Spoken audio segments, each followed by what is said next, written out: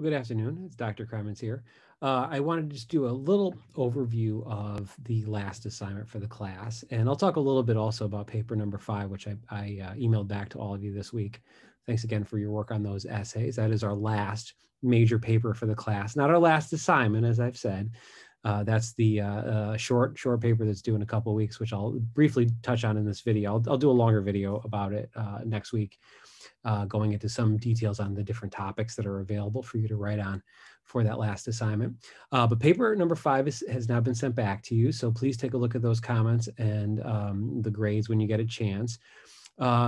If you got comments back from this paper where I asked you to do some additional work on paper number 5, please read through those suggestions carefully. Now, not all of you got that in your commentary. So, but some of you may have needed to do a little extra work on paper number 5. You may have been missing parts of the assignment that were required. And so I've given you suggestions on how to strengthen the paper. So if you were asked to do additional revisions on paper number 5, and the word "if there" is important because again, it wasn't everybody, but you just have to read your comments over to see if I asked for any additional revisions. Please take a look at my suggestions. I've tried to give you a very detailed set of comments and suggestions for what needs to be added. In most cases, you may have missed a source that needed to be used. You may have missed something on the structure of the paper, especially converting and editing things from paper number 4 to paper number 5. So please take a look. The other suggestion I have, if I did ask you for an additional revision on paper 5, would be to look at the directions. Directions, remember, have an outline on them. So if there are parts of your paper missing, there's a detailed outline in the directions that show you where to put all the parts of the paper. So take a look at that. Also, if there were any problems with citations, there's also an overview in the directions of paper number 5, as there were with the previous papers for the class, on how to correctly do any citations. So again, if I did ask for any revisions, I've also given you a deadline as to when I would need those back by. So please let me know if you have any questions. If you want to have a Zoom meeting with me for that paper, I'm happy to do so, but just let me know. And again, I'll be happy to help as you make those final revisions. The thing to keep in mind about paper 5 is for this class, it's the big final assignment. And that's actually why I have it due 2 weeks before the end of the semester. So that, I can catch any mistakes or any errors, and so that there's still time to improve upon them and to edit them, because this research paper that was number 5 is the culminating assignment for English 102 for all the classes. It's done differently depending on which professor that you have, but we're all required to give that last longer research paper. And that's why some of you were asking, well, it's, why is it a little longer? Excuse me, this was a 6 to 7 page paper because, again, it's the culminating assignment for the class. So one other suggestion I would have, if you didn't have a lot of time to spend on paper 5, if you kind of put it on the back burner because you were working on assignments for other classes or had other obligations, now's the time to make this assignment the priority, because again, we only have 2 weeks left of the semester. We're getting to the last short assignment for the class.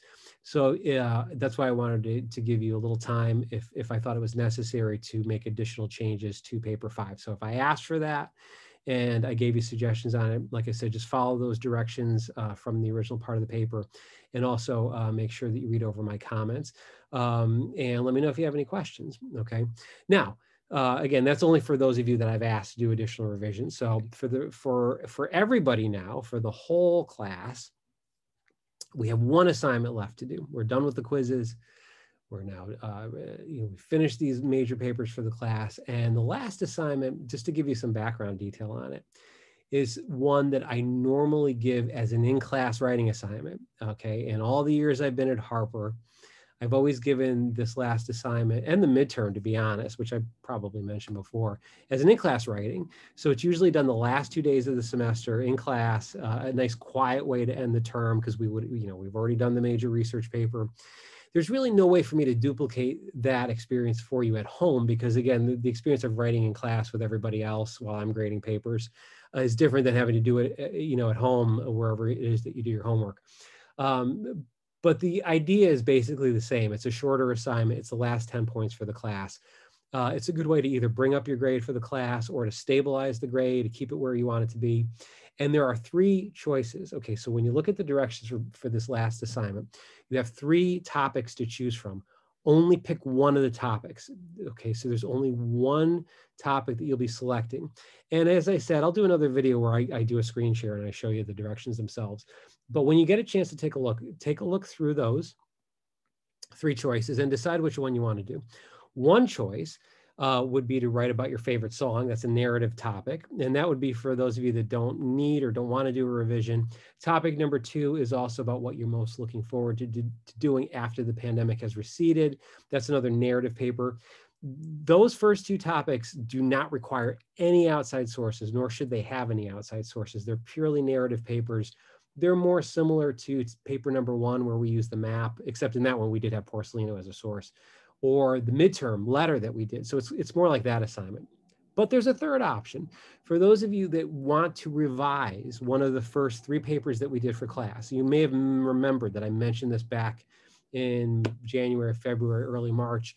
The way that I wrote the comments on those first 3 papers, it's designed to give you suggestions so that if you want to revise one of them, you can. So that's your third option. So you can either do one of the narrative choices or you can do the revision. That's all explained on the directions that I posted on Blackboard. So please take a look when you get a chance. Next week, I'll put up a video where I walk through the directions, you know, and I do the screen share. But for now, I want you to think about which one you want to do. The directions are pretty self-explanatory. Again, it's very similar to our midterm assignment. So you may want to think about it in those terms as you're starting to approach it. Let me know if you have any questions on it. Like I said, I'll spend more time in the video next week, kind of breaking down the choices and which one might be the better choice for you, depending on which of the topics you want to work on. And again, as I always say, please let me know if you have any questions on that, okay? So, you know, just again, to sum up this short video, if I've asked you to do any revisions on paper number 5, please read through my comments and read through the directions again. And let me know if you have any questions, if I can be of any help, or if I need to clarify anything in the comments that I made. If you're all set with paper number 5 and it's all done, then start thinking about this last assignment. Decide, do you want to do a revision or do you want to do one of the narrative choices, those first 2 topics on the directions? You got time to think about that. That assignment, again, is not due for another 2 weeks, but just take a look at it, start thinking about it, and let me know if you have any questions. And next week, I'll do a new video on it. Hopefully, if the weather's nicer, I'll get outside on the back porch and maybe film something for you all then. One last thing, thanks for those of you that were checking in about how my wife, Allison, and I were feeling after our second dose on Sunday. We're fine. Thank you again for checking on that. The first couple of days after we got them Sunday afternoon, we felt a little under the weather, definitely Monday. I know I felt like I was getting a cold. I had like a low-grade fever and I had a little bit of congestion. Allison, same thing, felt really fatigued. So Monday we weren't feeling great. By Tuesday we were fine. And by today I have a little bit of soreness in my arm, but that's pretty much it. So if you're going to get your vaccines, nothing to worry about. It's easy. Where I went, the Illinois Masonic Hospital, you know, here in the city, nurses were fantastic as always, very nice, very supportive. I wasn't worried at all. Took me no time to get it done. They made sure I didn't have any allergic reaction. And, you know, again, I didn't feel great on Monday, felt a little crummy, but not as bad as I thought I would feel. Just drink a lot of water. And the day after you get the second shot, you may want to give yourself time to rest. That's the day that seems to be the harder one. By Tuesday, I was feeling pretty better. I was feeling still a little, maybe a little dizzy or something, but not as bad as Monday. And then by Wednesday and today, I'm pretty much fine. So anyway, just thought I'd mention that for those of you that might be nervous about getting the vaccine. Not a problem. It's you know, again, I didn't feel that bad after I had it. No differently than I do when I'm getting a cold. And since we've been working at home this past year, I haven't even had a cold since the fall of 2019. So I almost forgot what it felt like. I don't really like getting colds, so I didn't necessarily need to be reminded of that. But that's kind of how I felt for the first day or so after we got them. All right, well, so again, thanks for those of you that asked about that. If you have any other questions about this last assignment coming up, please let me know, and I'll see you next week with some more suggestions on this last short assignment that we'll be doing for the course. I'll see you then. Bye.